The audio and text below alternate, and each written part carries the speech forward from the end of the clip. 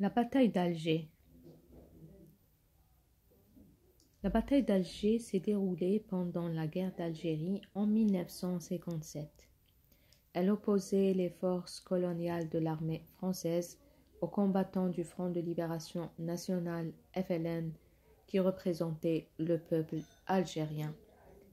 La bataille a été marquée par l'utilisation de tactiques de guérilla urbaine par le FLN, tandis que l'armée française a répondu avec des méthodes controversées, notamment la torture.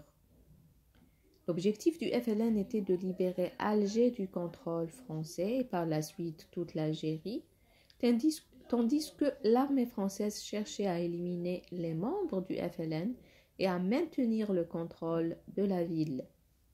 La bataille a été caractérisée par des attentats à la bombe, des assassinats ciblés et des opérations de contre-insurrection. C'était une bataille décisive dans l'histoire de la guerre d'Algérie. Finalement, l'armée française a repris le contrôle d'Alger et la guerre d'Algérie a continué jusqu'en 1962, date à laquelle l'Algérie a obtenu son indépendance. La bataille d'Alger reste un épisode marquant de cette période tumultueuse de l'histoire de la guerre d'Algérie.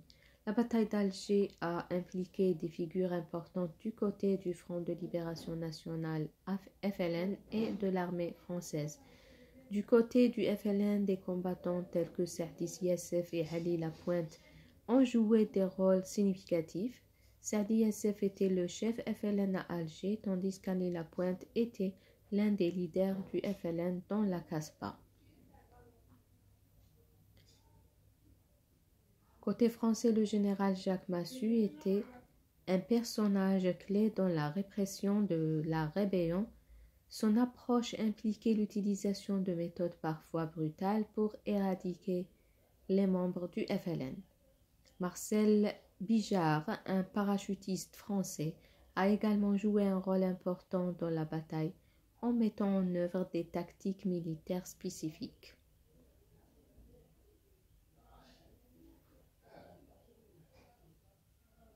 La participation féminine pendant la bataille d'Alger a été significative.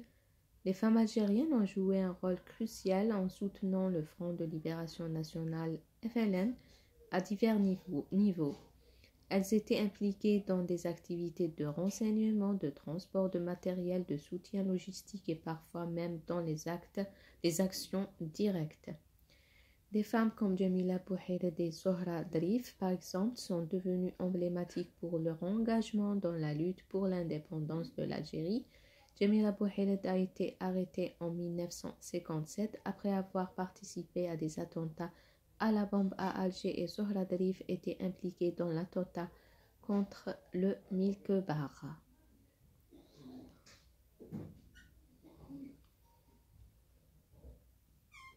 Après la répression de la bataille d'Alger, la guerre d'Algérie a suivi son cours et la lutte pour l'indépendance a continué.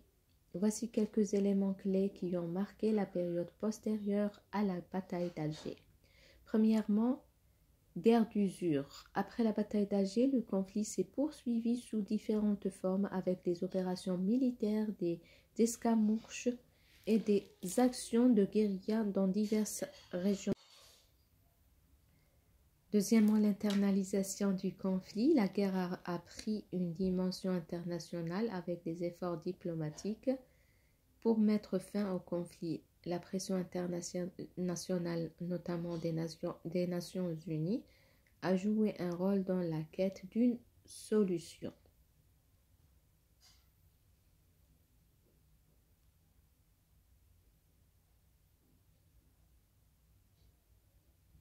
Troisièmement, évolution des stratégies. Les tactiques du FLN ont évolué, passant de la guérilla urbaine à des opérations plus conventionnelles. L'Armée de libération nationale ALN, branche armée du FLN, a mené des opérations sur plusieurs fronts.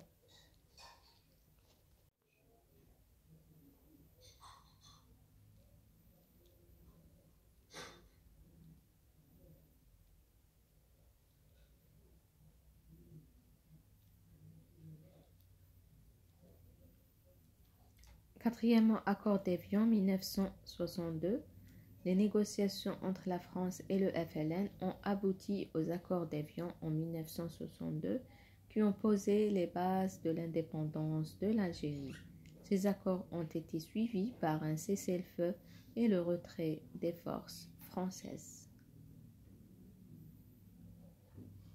La bataille d'Alger a été un moment charnière, mais la guerre d'Algérie a continué pendant plusieurs années jusqu'à l'indépendance du pays en 1962. Voici grosso modo une production écrite sur la bataille d'Alger. Bonne lecture et bon courage.